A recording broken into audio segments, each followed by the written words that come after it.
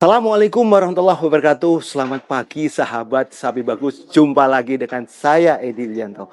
Terima kasih telah mengeklik channel sapibagus.com sebagai inspirasi dunia sapi Indonesia. Kali ini kita akan membuat tutorial bagaimana caranya membuat tempat minum sapi.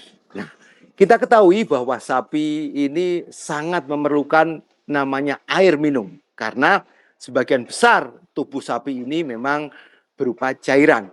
Maka diperlukan kebutuhan air ini setiap saat atau eat ad libitum. Artinya apa? Sapi itu harus disediakan minum selama 24 jam. Soalnya apa? Kebutuhan minum, sapi kita nggak tahu kapan saat dia minum. Maka kalau ada selalu siap tempat minumnya dan ada air minumnya, maka saat dia memerlukan minum, dia akan minum. Nah, maka diperlukan tempat minum yang tersedia 24 jam. Berbeda sekali dengan makan. Nah, makan ini bisa saat pagi, siang, atau sore seperti kita. Tetapi kalau untuk minum, kadang kita punya kebutuhan sebagai makhluk, itu kadang pagi hari waktu bangun tidur kita butuh minum, kemudian juga siang hari waktu kita olahraga juga butuh minum, habis makan juga butuh minum. Nah, demikian juga sapi. Sapi juga memerlukan air supaya apa? Untuk proses metabolismenya bisa maksimal. Nah, sebab kalau sapi kekurangan cairan atau kekurangan minum akan berakibat mempengaruhi terhadap tubuhnya. Nah, salah satu faktor misalnya bisa kelihatan sekali kalau sapi itu kurang minum itu terutama adalah saat dia mengeluarkan kotoran. Itu biasanya relatif gumpalan-gumpalan atau padat. Nah, ini tentunya kurang baik terhadap pertumbuhan sapi. Nah, lalu bagaimana cara membuat tempat minum? Nah, memang ada yang beragam.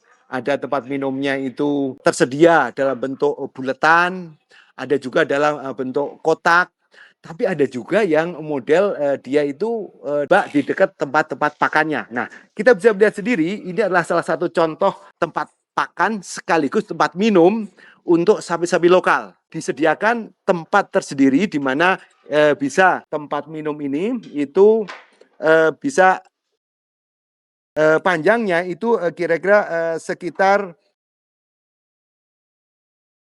70 cm.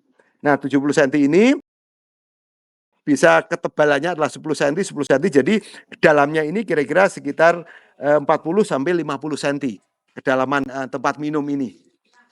Nah, kemudian kalau lebar bisa ngikutin ini ya, apa tempat pakannya ini.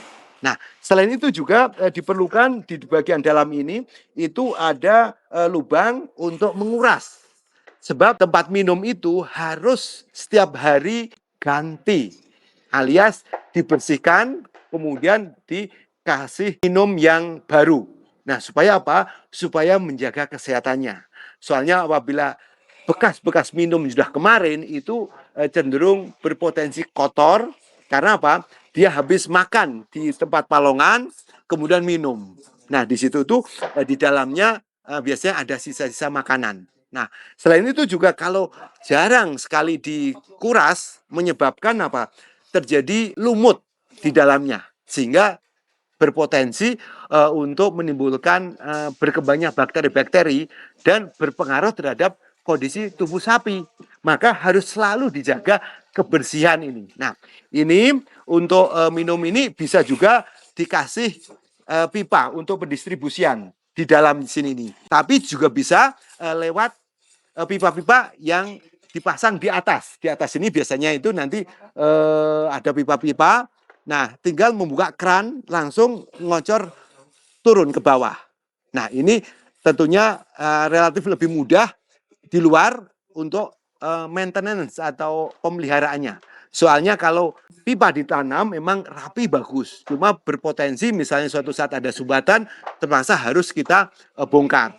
Nah, tetapi kalau pipa-pipa itu berada di atas, maka relatif akan memudahkan proses maintenance-nya. Nah, ini yang perlu diperhatikan. Nah, jadi tentunya tempat minum ini harus tersedia. Nah, selain itu juga perlu punya storage tank atau tangki penyimpan. Artinya apa?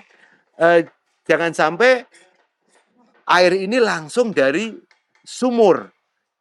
Nah, kenapa? Kalau langsung dari sumur itu beresiko. Misalnya sumur itu kemudian agak kotor atau misalnya terjadi kemacetan di air dari pasokan sumur.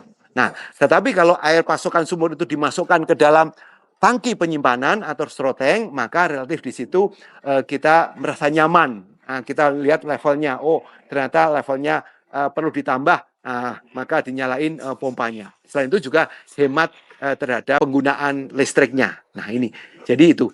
Nah selain itu juga waktu kasih minum juga kita bisa memberikan tambahan treatment-treatment berupa vitamin-vitamin yang kita masukkan ke dalam tempat minum ini, sehingga vitamin yang selama ini umumnya masukkan lewat makanan konsentrat bisa juga lewat minuman. Nah ini salah satu. Selain itu juga kita bisa mencampur juga dengan molasses atau tetes tebu, di mana tetes tebu kita masukkan ke dalam ini, ke dalam tempat minuman, karena di situ tuh ada rasa manis sehingga bisa menambah energi. Nah inilah sahabat. Nah sahabat, Sapi Bagus rutin menyelenggarakan pelatihan bisnis sapi. Nah sahabat-sahabat yang ingin mengetahui bagaimana cara membuat kandang, bagaimana cara membuat pakan, bagaimana cara memelihara sapi di bidang kesehatannya, kemudian bagaimana cara pemasarannya. Nah, Sapi Bagus Farm menyelenggarakan pelatihan, baik pelatihan sapi-sapi untuk musiman seperti saat-saat Idul Kurban, atau juga sapi-sapi untuk dipotong rutin, yaitu sapi-sapi jenis Brahman Cross.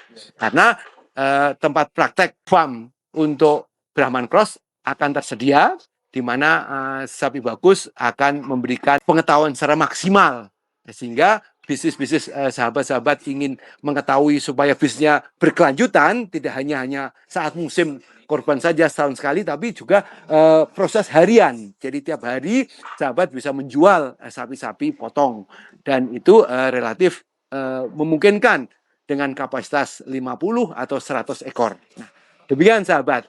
Silahkan menghubungi WA di bawah ini atau klik sapibagus.com. Nanti bagian pelatihan akan membantu untuk proses pendaftaran pelatihan tersebut. Baik sahabat, tetap semangat jadi peternak. Salam Sapi Bagus.